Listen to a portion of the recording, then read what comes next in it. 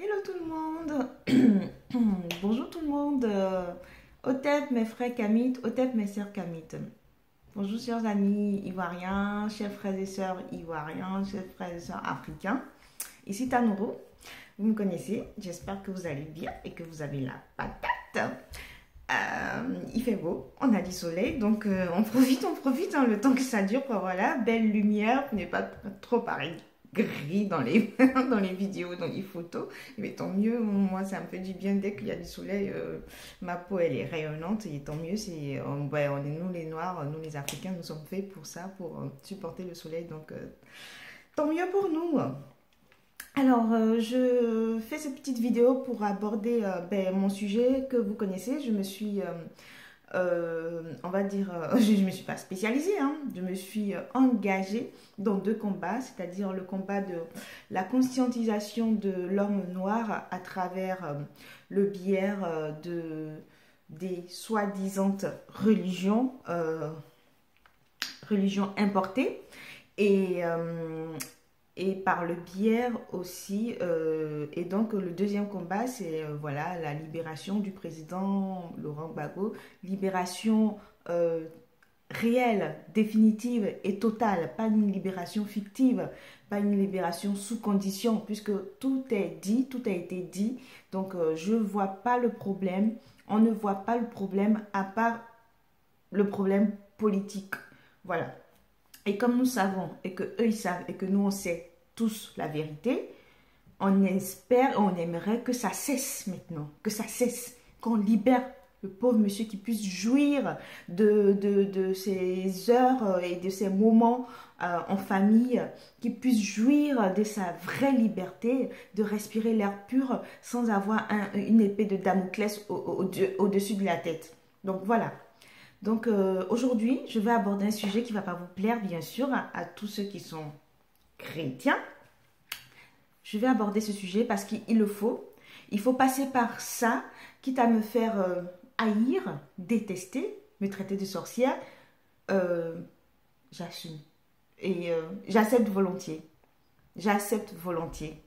Je l'assume et je l'accepte volontiers. Pour tous ceux qui se disent croyants, tous ceux qui se disent musulmans, qui se disent chrétiens, évangélistes, peu importe, et j'en passe, je dis, il est temps pour vous peut-être de vous réveiller.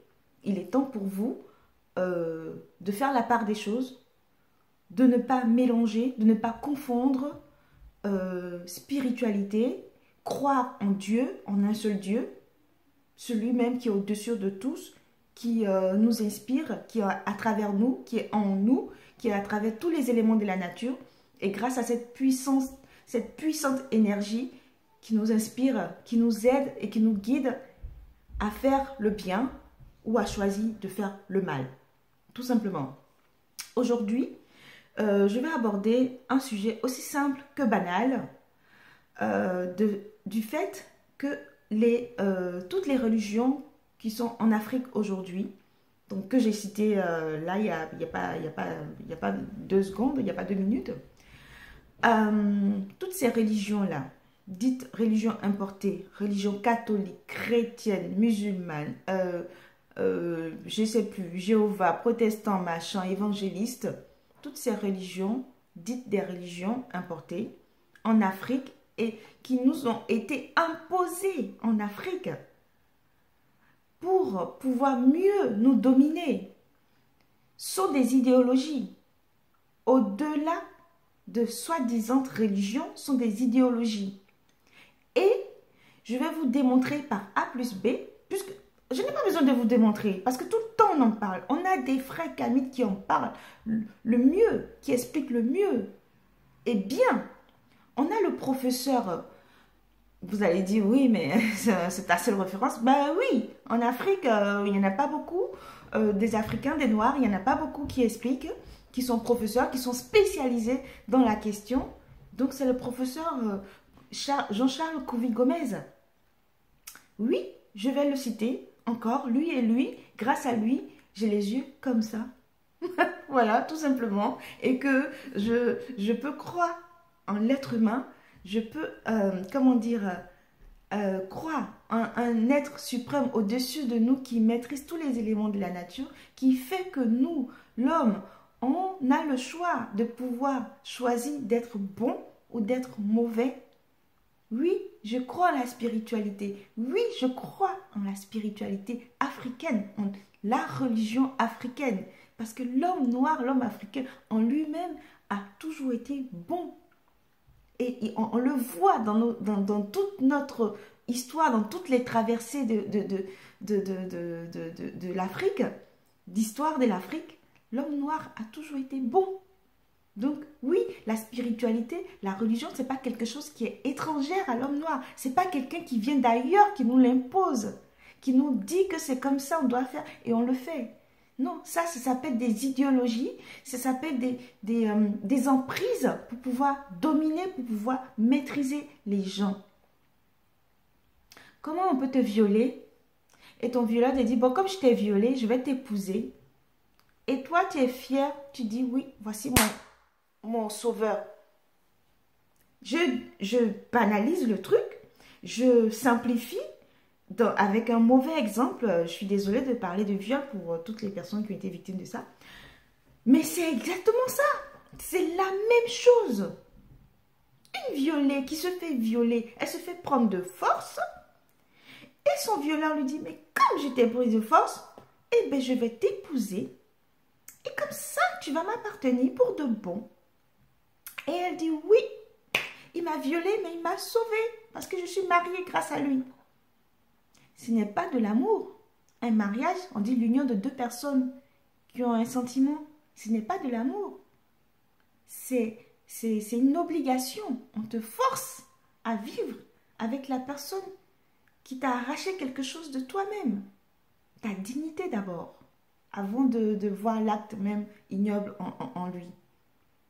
Donc aujourd'hui, tous nos frères, toutes nos sœurs qui fustigent dès qu'on aborde le sujet de la religion, des religions importées et imposées aux Africains, qui insultent les autres de tous les noms, qui traitent les autres de tous les noms, qui disent mais tu peux aborder tous les sujets que tu veux politiques, sauf le sujet de la religion, mais je vous emmerde.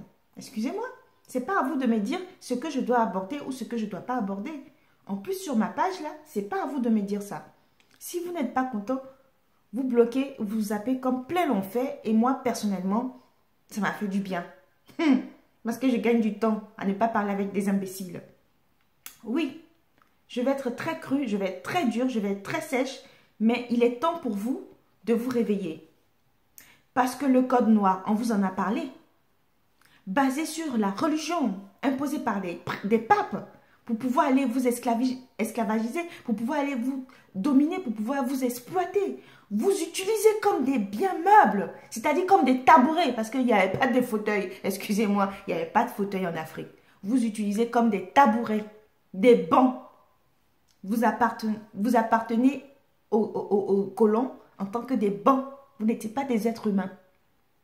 Vous pensez que moi, Tanourou, je vais apprendre ça dans mes 40 ans et quelques, là, mes 39, 40 ans, quand j'ai appris toutes ces histoires, et je vais continuer à prier le Dieu qui m'a violé là, le Dieu des gens qui m'ont violé, qui ont violé la terre de l'Afrique, qui ont coupé des bras au Congo, des mains, des bras, des pieds au Congo pour imposer la religion.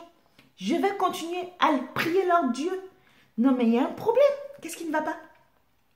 Qu'est-ce qui ne va pas, chers amis, chers frères? On va continuer comme ça à dire, oui, comme c'était pas les mêmes époques et que c'était passé et que là maintenant, les choses ont évolué. Les choses ont évolué dans quel sens? Dans le sens de qui? Dans le sens de qui ça a évolué? Pour qui? Dites-moi, répondez à cette question. Si vous arrivez à répondre à cette question-là, là vous pouvez m'insulter. Vous pouvez me dire, oui, Jobis ou Tanourou, mais c'est vraiment là, tu déconnes. Ça a évolué dans quel sens? Pour qui? C'est qui a tout et qui n'a rien? Et on dit, ne vous plaignez pas de n'avoir rien. Dieu, il veille. Dieu vous donnera plus. Mais quand? Mais quand? Vous allez arrêter d'être bête jusqu'à quand? À quel point vous allez arrêter d'être bête? Dites-moi. Aujourd'hui, j'aborde ce sujet-là parce que trop, c'est trop. Parce que la religion, ça endort les Africains. Ça les a tellement endormis que même quand ils ont raison, ils ont peur de se plaindre. Je le vois beaucoup ici, en France. Tu passes dans le métro de machin, on te pousse, tu dis rien. C'est toi-même qui dis pardon. Mais pourquoi? Vous avez un problème? Vous avez un problème. Celui qui t'a poussé là, tu lui dis, mais tu fais attention. Pourquoi c'est toi qui vas lui dire pardon? Non mais d'où vous sortez? Dans quel moule on vous a fait? Dites-moi. Dans quel moule? Vous n'avez pas de fierté? Vous n'avez pas de dignité? Dans quel moule on vous a fait? Please. Aujourd'hui, je vais vous faire écouter une vidéo de cette dame qui explique très bien ce que le roi...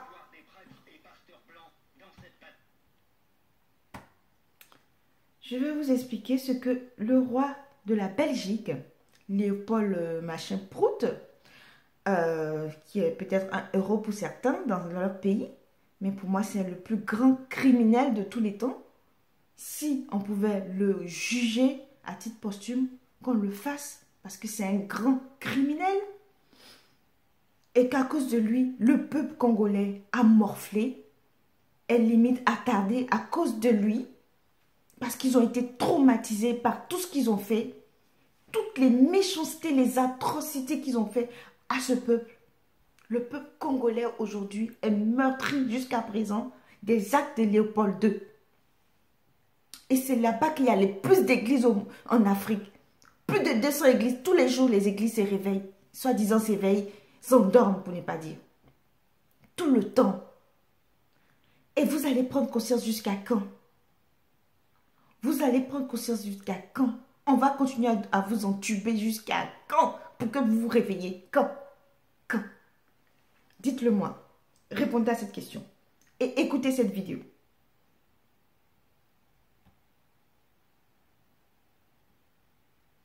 De suite par hypothèque, se partager également entre les héritiers, etc., etc. Les esclaves étaient considérés comme des meubles, comme des objets. Écoutons maintenant le discours du roi des Belges aux missionnaires accueillis au Congo belge en 1883 pour voir comment étaient considérés les Noirs à l'époque. Du roi Léopold II à l'arrivée des missionnaires au Congo belge de voir des prêtres et pasteurs blancs dans cette patrie. Révérend père, pasteurs et chers compatriotes, soyez les bienvenus dans notre grande patrie du Congo belge. La tâche qui vous est confiée de remplir est très délicate et demande beaucoup de tact. Prêtres et pasteurs, vous venez certes pour évangéliser, mais cette évangélisation s'inspire de notre grand principe, avant tout, les intérêts de la métropole. Le but essentiel de votre mission n'est point d'apprendre aux Noirs à connaître Dieu. Ils le connaissent déjà depuis leurs ancêtres. Ils prient et se soumettent à Nzambi Mpunu. Vous entendez? Vous connaissez Dieu déjà avant eux. Ils savent que tuer, voler, coucher avec la femme d'autrui, calomnier, insulter est mauvais. Ayons le courage de l'avouer, vous ne venez pas leur apprendre ce qu'ils savent déjà. Votre rôle est essentiellement de faciliter les administrateurs et les industriels, c'est-à-dire que vous interpréterez l'évangile de la façon qui sert le mieux vos intérêts dans cette partie du monde. Pour ce faire, vous veillerez entre autres à désintéresser nos sauvages noirs des richesses dont regorge leur sous-sol, afin d'éviter qu'ils s'y intéressent ou qu'ils nous fassent une concurrence meurtrière, rêvant un jour à nous déloger de cette partie avant que nous ne nous enrichissions. Votre connaissance de l'Évangile vous permettra de trouver des textes qui recommandent et qui font aimer la pauvreté. Par exemple, « Heureux les pauvres, car le royaume des cieux leur appartient. » Il est plus difficile pour un riche d'entrer au ciel qu'un chameau de passer par le trou d'une aiguille. Voilà, donc bref,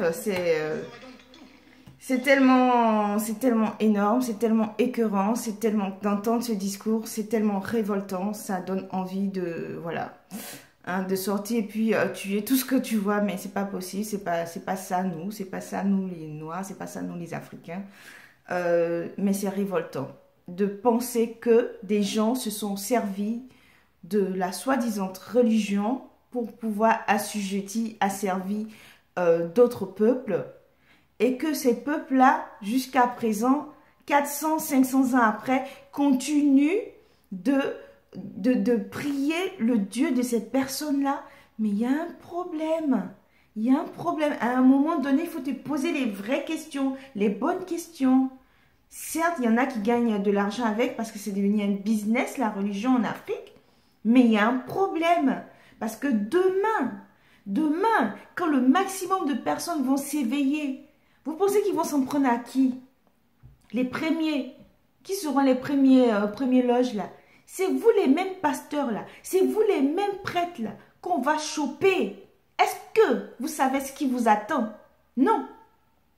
Alors commencez à convertir vos populations dans le bon sens. Commencez à les éveiller. La religion, on n'a pas besoin d'être catholique pour faire le bien. On n'a pas besoin d'être musulman pour faire le bien. Le bien ou le mal, c'est l'homme qui choisit de le faire. Avec ou sans religion. Donc, ce que vous devez commencer à faire comprendre aux gens, c'est que nous les Africains, nous les Noirs, on avait notre religion. On avait nos pratiques ancestrales, religieuses, et qui partaient dans le bon sens, dans le respect de l'être humain. Et c'est ce qu'on vous demande aujourd'hui. Vous les prêtres, vous les pasteurs, vous les religieux, vous êtes pratiquement dans le même moule que nos dirigeants africains. Les gens qui s'éveillent et comprennent, ils vous mettent dans le même moule.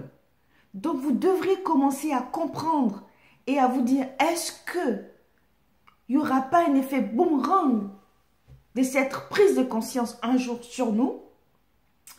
Alors, que doit-on faire? C'est le moment de convertir vos ressortissants, vos concitoyens, de la prise de conscience de la spiritualité africaine. On ne vous dit pas d'aller faire du vaudou. Si on ne maîtrise pas le sujet, ne va pas. On vous dit de remettre en question la religion des autres. Qu'est-ce que ça nous a apporté à nous, Africains? On fait une sorte d'équilibre. On essaie de faire une sorte d'équilibre. On balance. Qu'est-ce qui a eu plus de bénéfices, d'avantages dans cette histoire? Et qui ne l'a pas eu? Qui a eu? Qui n'a pas eu? Qui a eu? Qui n'a pas eu? Et après ça, comme on dit là, on coupe le manioc. On rend les liens. On n'a pas besoin d'un blanc. On n'a pas besoin de la religion catholique pour faire du bien à son prochain. On connaît toutes les bases maintenant. On sait lire et écrire. On connaît leur langue. On connaît leurs pratiques. On connaît leur mode de vie. On n'a plus besoin de ça.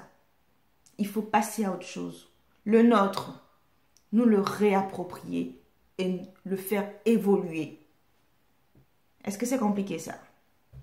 Est-ce que pour ça on a besoin d'insulter ses frères et ses sœurs? Si vous ne comprenez pas ça. Je vais mettre le lien de cette vidéo de cette dame qui explique très bien. Et le pire, c'est qu'après la locution de Léopold II, il y a un Français, un proche de Sarkozy, qui parle. Ça fait mal au cœur. Ça fait saigner. De la manière, ce mec, on est en 2019, hein, c'est une vidéo récente. C'est pas une vidéo du reportage de Léopold II, qui était dans les années, je sais plus, 40 ou 60. C'est une vidéo très récente. Et le mec, il est resté à l'âge de pierre, c'est une expression, l'âge de pierre de Léopold II. Un proche de Sarkozy. Alors, si c'est un proche de Sarkozy qui pense comme ça, vous pensez que Sarkozy, ce qu'il a fait en Côte d'Ivoire, ça l'a dérangé un seul instant de faire ça aux Africains, de faire ça aux Ivoiriens? Ça l'a dérangé un seul instant de faire ça en Libye? Mais non. Vous qui dites, oui, il ne faut pas mélanger la politique et la religion là. Mais vous êtes con comment? Vous êtes bête. Jusqu'où? À quel point vous êtes bête? À quel point? Les gens sont passés par un canal pour vous dominer maîtrisez tout sur vous, de la politique jusqu'à votre slip, et vous dites, il ne faut pas mélanger la politique et la religion. Parce que pour vous, c'est deux choses différentes. Le pape là qui reçoit l'argent de toutes les magouilles, de tous les trafics là, il n'est pas religieux. Ce n'est pas la religion. Le Vatican qui blanchit l'argent de tous les drogués du cartel en Amérique latine, ce n'est pas la religion. Ce n'est pas de la politique aussi. Ce n'est pas de la politique. Je vous pose la question. Donc, chers amis, chers frères africains, chères sœurs, chers frères kamites, vous êtes sur le chemin. Il y en a qui comprennent avec leur facilité, d'autres qui ont besoin de plus d'aide. Moi, personnellement, j'ai besoin de plus d'aide. Mais quand je comprends, une fois que j'ai compris, une fois que j'ai maîtrisé là, je vous en parle. Je vous dis ce qui est de mon ressenti. Je vous parle de mon ressenti. Mais tous ceux qui ne comprennent pas et qui commencent à fustiger, vous disent « Ah, tes histoires de religion africaine là, sincèrement, fais attention, fais attention. » Ne me menacez pas. Parce que vous êtes poussière, comme moi, vous retournerez à la poussière. Rien à foutre. Voilà. Sur ce, les amis, voilà, c'était la petite Amazon Tanourou qui prenait, voilà, qui reprend du service sur et la religion, les religions importées et la religion africaine et la vie réelle des Africains. Et tout ça à décortiquer, à expliquer, à expliciter même, afin que nos enfants, nos amis, nos jeunes frères comprennent bout à bout, petit à petit, et puissent mettre devant chaque mal une origine. C'est hyper important. Devant chaque mal, une origine, et pouvoir traiter le mal à la racine, bien sûr. Bien sûr. Voilà, sur ce, je vous remercie. Au tête, mes frères, au tête, mes soeurs, et bon vent. Voilà. Bye bye. Portez-vous bien et la lutte continue.